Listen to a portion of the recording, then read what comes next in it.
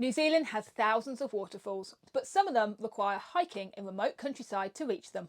This isn't always practical when you're hiking with your children or trying to fit in several stops around your road trip around New Zealand. So I'm sharing with you today 10 of the best waterfalls in New Zealand you can actually walk to. Almost all of them are completely free and with free parking, with 2 exceptions which I'll share with you. But for each waterfall, I'll explain how far, where it is, and what you need to know before visiting. Let's get into it. Starting from the top of the country, Rainbow Falls in Kerikeri. This has to be one of the shortest walks.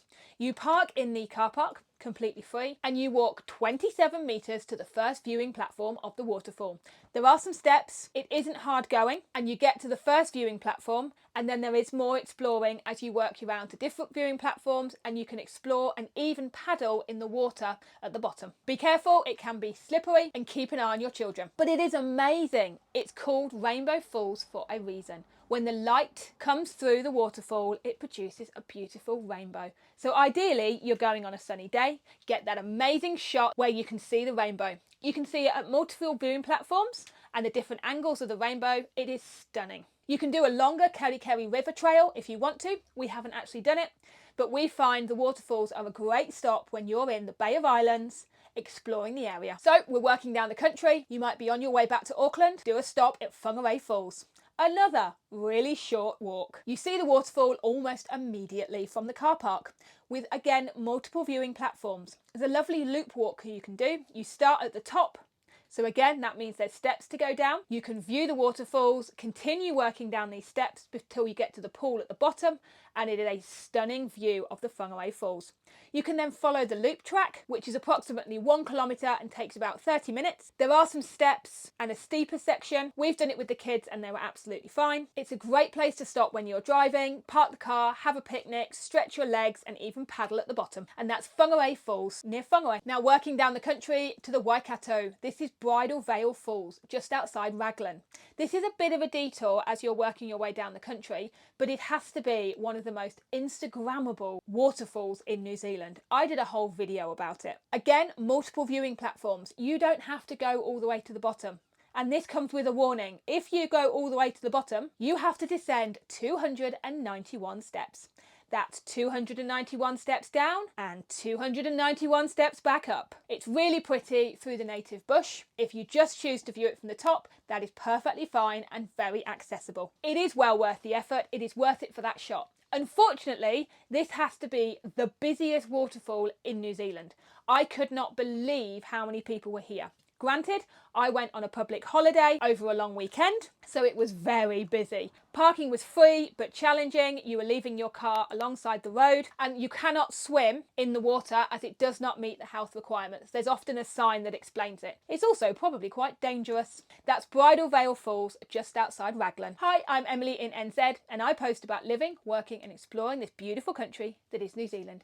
Hit subscribe because I update every week. The next one is Tarawera Falls in the Bay of Plenty. It's a bit closer to Rotorua, but I wouldn't say it was in Rotorua. This one is harder to get to though, because you have to go through private land. Because you're going through the Forestry Commission land, you have to go into the local town and get a permit. That permit costs $10. You have that permit to drive through their land. It's also only available on Saturdays, Sundays and public holidays as it is going through a working forestry, and it can be closed for periods of high fire risk. So you do need to really check if you're planning on going to this one. So once you've got your permit, you're driving into the forestry track and just keep driving. You think you're not going to get there, but keep driving. Once you get to the car park, you'll be surprised you haven't seen anybody for the last half an hour and there is 1 or 2 cars also visiting the waterfall. It's a 700-metre walk through the bush, takes about 20 minutes and it's really pretty. You're actually at the back of Lake Tarawera, which you can access from Rotorua, and it's a really big lake, so you're a long way from Rotorua across this lake. When you get to the waterfall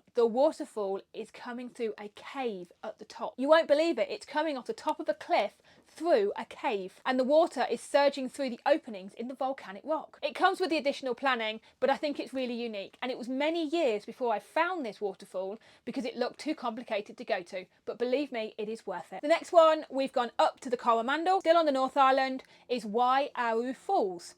Another super easy one to get to. You're driving on a unsealed road, keep going for 7 kilometres on this road. Then you'll see a sign on the side of the road. Park up, follow the short path to the waterfall waterfall there is steps, but they're not too steep. Walking through the native bush, you'll get to a swimming hole with a waterfall, and this one you can swim in. Always check the conditions and the depth of the water, and there's a beautiful waterfall. Another super easy one. You wouldn't necessarily be on that road, although we actually went to the waterworks in this video and it was round the corner, so we thought, well, we might as well go see the waterfall, so we made a day of it. Now back towards Rotorua is Cascade Falls on the Te Ao Heka Trail. We only recently found this one and it's super pretty. This one you need to go through an outdoor education centre, and the gates close at night time and open in the morning, so it's a bit strange. You think you're on private land and then you see a Department of Conservation sign. It's a really nice 1.5 kilometre loop walk. I love a loop walk, because you go round to the waterfalls and you keep going and end up back where you started. The waterfalls, as it said, cascade. You can climb on them, you can climb up them, you can go underneath them. Something different to see this time. And also I talk about it in my glowworms video, because actually there's glowworms here.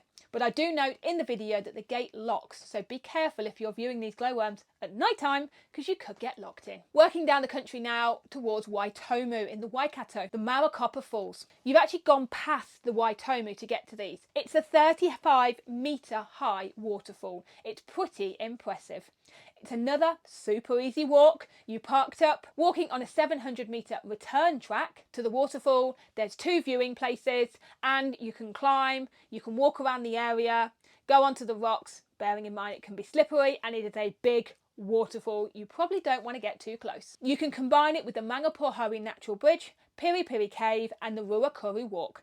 I talk about them in this video, and it means you could make a whole day out of 3 attractions around Waitomo. You can see some glowworms at the Ruakuri Walk and see lots of caves and quite a lot of waterfalls in this area. But my favourite has to be the Marokopa Falls. Onto the South Island now. In Canterbury is the Washpen Falls.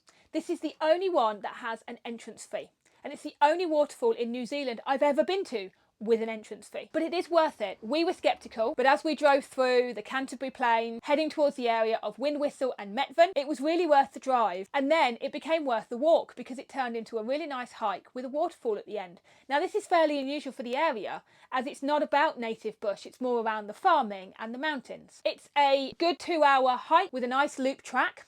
You pay to enter on the private land, $10 for adults, $5 for children. They have an area for picnics, and they are clearly encouraging more people to come along. So I think it's worth paying for, but it is unusual to have an entrance fee in New Zealand. Staying on the South Island, up at Abel Tasman National Park is Cleopatra's Pool. Now this one does require a little bit more planning. This one I talk about in this video, and it was a whole weekend I spent at Abel Tasman National Park. You can hike to Cleopatra's Pool, but it might take a while. So in this one, technically it's free, but maybe it's not easy access, because you can get a boat there. Starting at the town of Whangārei, you get a boat to the Torrent Bay, and then it's a 40-minute walk from Torrent Bay. From there, you can get the boat back, or you can carry on your hike back to Whangārei, as I did in this video. It is really cool. You can use this waterfall like a water slide. If you're hiking, that makes it a really nice break. We've done it with the kids, but we did jump on and off with the boats, and we're looking forward to doing it again later this year.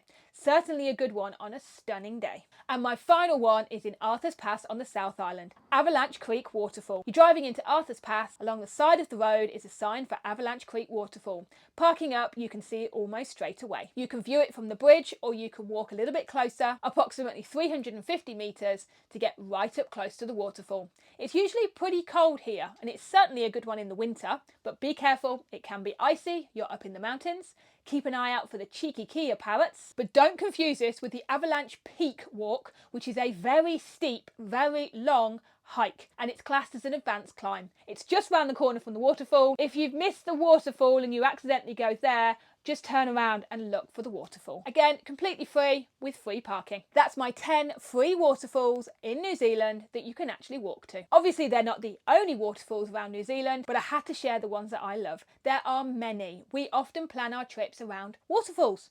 If we need to stop for a break, is there a waterfall we can go to? Is there an area we can picnic? Is there a swimming hole we can go to? My favourite has to be Tarawera Falls. It comes through a cave, way up high in the cliff and through the rock. It is beautiful. My second favourite is Cleopatra's Pool, because it's in Abel Tasman and the whole thing is just stunning and beautiful. Unfortunately, both of those required a little bit more planning to get to, which is probably what makes them even more special. Thank you for watching. I'm Emily in NZ, and I share about living, working and exploring this beautiful country that is New Zealand. I update every week, so hit subscribe, and in the meantime check out one of these videos. I'll see you in my next video.